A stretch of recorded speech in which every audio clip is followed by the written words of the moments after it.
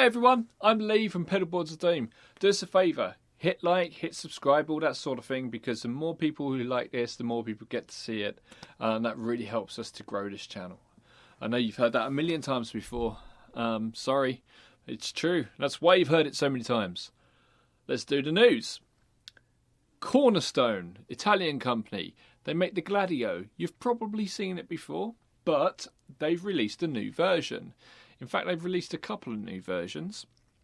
Let's tell you a little bit about the Gladio first, so you're on board with it if you don't know already. The Gladio is a double pedal. So this isn't the Gladio, but this is a double pedal.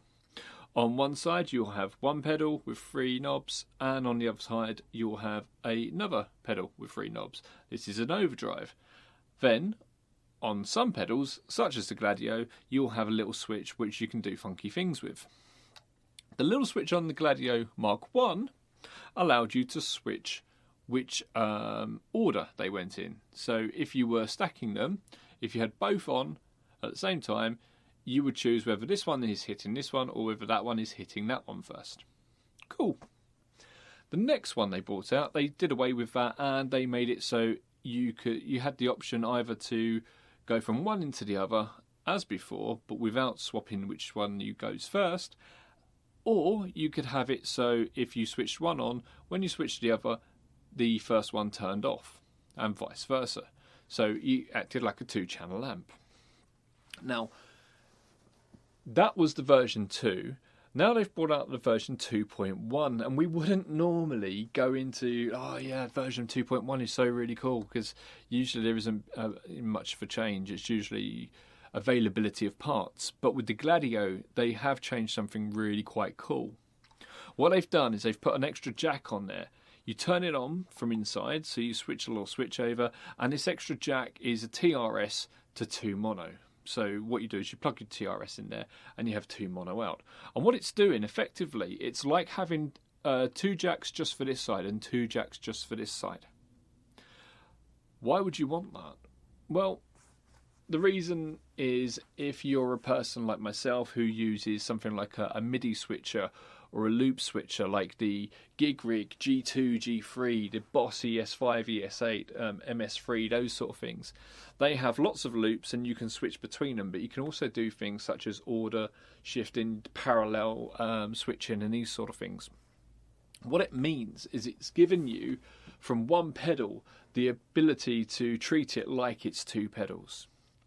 That means you can split it in half and put another modulation or whatever in between. You can send it off to parallel paths, so then you can send them both off to different amps. So from one drive pedal, you're getting the same kind of drive tones, but to 2 totally different amps, and you can tweak them independently. You could do crazy things, like you could put a flanger on one and a phaser on the other. A digital delay on one and an analog delay on another.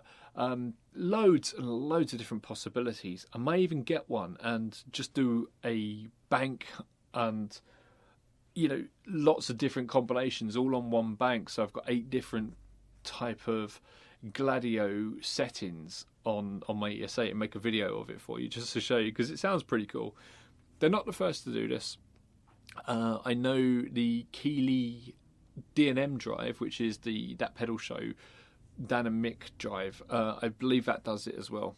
Super cool feature, and it's nice to know that they're doing that. So if you're going to get a Gladio, and you've got a switcher of course, you want the 2.1 version. Top news for you, top tip. Right, Mojo Hand. So they're a company over in America, and they make a lot of pedals, very cool pedals. We sell some of them on pedalboardsofdoom.com, so if you want to have a look, you can go over there and try them out. What we've got from them this week is it's a copy of an older pedal. The thing is, the pedal it's copying was about this big, actually about that big, but it's still bloody big. And it had 3 switches on it. It was a phaser, a phase shifter. So the Maestro phase shifter. Because it had 3 buttons and you could do any combination of them, you had basically 9 different settings, 9 different tones you could get out of it. And you think, you've got, if you put it on a knob, it's almost an infinitesimal. a large number of different settings that you've got. When you start having multiple controls on knobs, you've got a huge amount of control over it. And the idea of just having 9 tones is almost ridiculous, but that's the way it was. It's not like that anymore because Mojo Hand have put it into a small box. What's a bit special about this is it has a colour control, and that kind of gives you how much of a swish sort of sound you get to it. It also changes the low-end frequency response somewhat. So what you're getting is something with a more vocal sort of character. We can dial that in, and that's really cool on a phaser. It's almost like a wah phaser. I'm really interested in this. It looks great as well. Check out the picture. Absolutely fantastic looking pedal. Let's move on. Reverb. So our friends over at Reverb, we've done a lot of work with them in the past. They have been making the pedal movie. You've probably seen me talk about this before, and we've now got a confirmed date. It is April the 30th, and if I'm feeling in the mood, I may even do a review of it, just for shits and giggles. So, before we move on to the next news, there's a couple of things that I've worked on this week that I want to tell you about. We have, over at TonePedia, you can now test out a Phase 100 block versus a Phase 100 script. That's pretty damn cool, because they're like really, really vintage pedals. I actually own the block pedal that's on there. We've also got the Petty John ODI on there. So we've got that and the modded version. So they're very, very similar. Go and see if you can hear the difference. And we have released the Beast. That's right, you heard me. We have released the Beast. The Boss HM2 is now on TonePedia. Oh yes. I begged and pleaded. I said everyone loves this. Well, not everyone, but the people who do love it.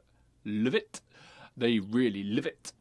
So, yeah, we've got that on there. And there are some secret settings. Let me clue you into this, my friends.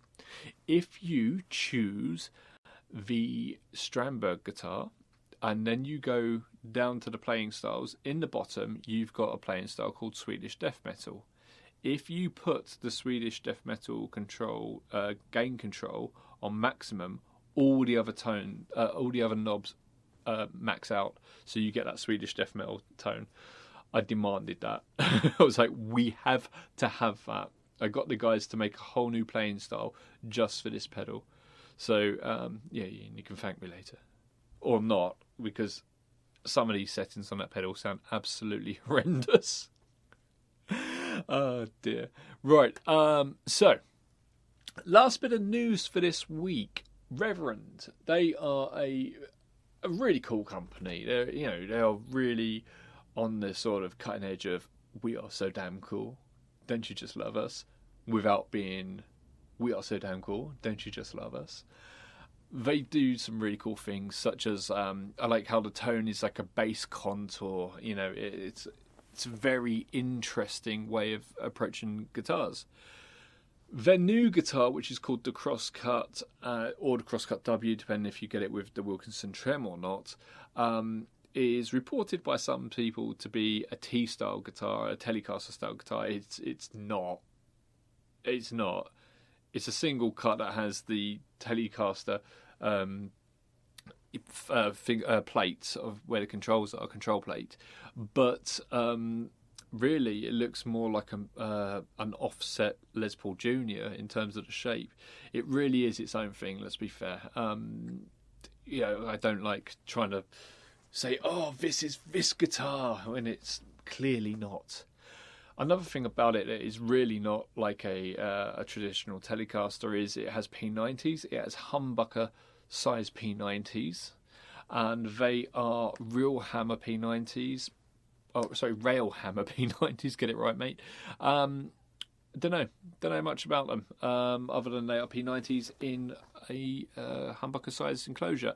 They have Carina bodies, maple necks, roasted maple necks, in fact, and you can either have maple, which of course you would have, or Palfaro. Why would you go for that? Fingerboards. Pricing on these is $11.99 without trim, $13.29 with the trim. That's dollars, not rupees. So yeah, looks pretty cool. I think they look pretty groovy. You know, yes, you've got that kind of butterscotch with a black guard going on one of them, so it does hark back to that sort of tele thing. But you look at the others, not really like a tele, are they? I don't know why I'm getting hooked up on this. They look cool. They do look cool. Look, that's this week's news. Again, like, subscribe, please. It really helps us, and we appreciate every single one of you. If you're watching this in the group, thank you for being part of the group. If you're watching this on YouTube, thank you for joining us on YouTube. Thank you for being part of our ever-growing viewer base. It's absolutely wonderful. Thank you so much. And don't forget, we release other videos during the week, every week. We'll see you soon. Bye-bye.